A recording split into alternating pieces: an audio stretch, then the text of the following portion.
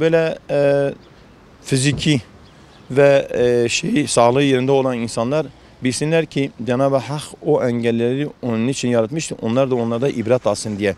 Özellikle o engellere çok iyi davranmamız lazım ki mesela Hazreti Peygamber Aleyhisselam çok hadis-i şeriflerinde bunu beyan eder.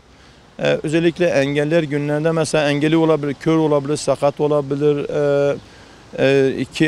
iki eli iki ayağı olmayabilir veya hafızası olmayabilir. Mesela herhangi bir engeli için, özellikle engeller için daha toplumun yani onlar hakkında çok duyarlı olması lazım ki bundan çok bir sevap kazanacaklar. Mesela engeller için özellikle şahit olduğumuz bazı şeyler var ki umarım ki bunu yetkililer dikkate alırlar ve yetkililer oralarda yoğunlaşırlar. Diyarbakır'daki Eğitim Araştırma Hastanesi'ne gittiğimizde oradaki engelli ve yaşlılar o müteahhitin işçileri tarafından gerçekten aşağılanıyor. Onlara öncelik tanınmıyor ve engelleniyor. Doktorlarla mesela gidip muayene olmaları için engelleniyor. Artı onlara mesela diyelim ki çok uzun süre mesela ultrason veya herhangi bir şekilde film çekildiği zaman mesela onlara gün veriliyor. Engeller gerçekten orada çok büyük izdiham yaşıyorlar.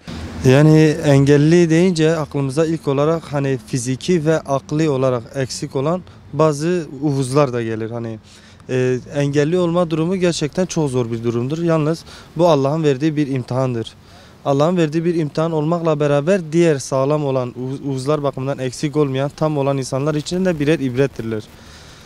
Yani bu engelli olan kardeşlerimizin özellikle onlara biz hani diyelim uvuzlarımız eksik olmayan, sağlam olan insanlar olarak bizim onlara yardımcı olmamız gerekir.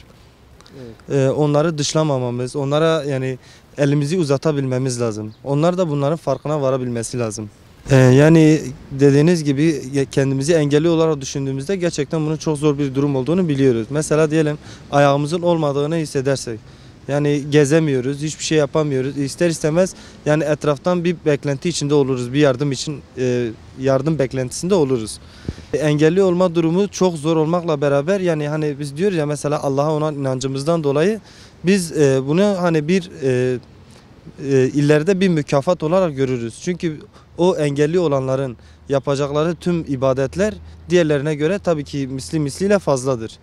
İnsan gerçekten onların yerine kendini koyduğunda hayat onlar için çok zor olur yani. Çünkü mesela kör birini düşünelim.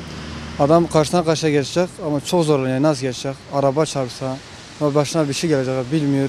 Çünkü göremiyor ki yürüsün. Yani Allah yardımcılar olsun diyoruz yani biz. Evet.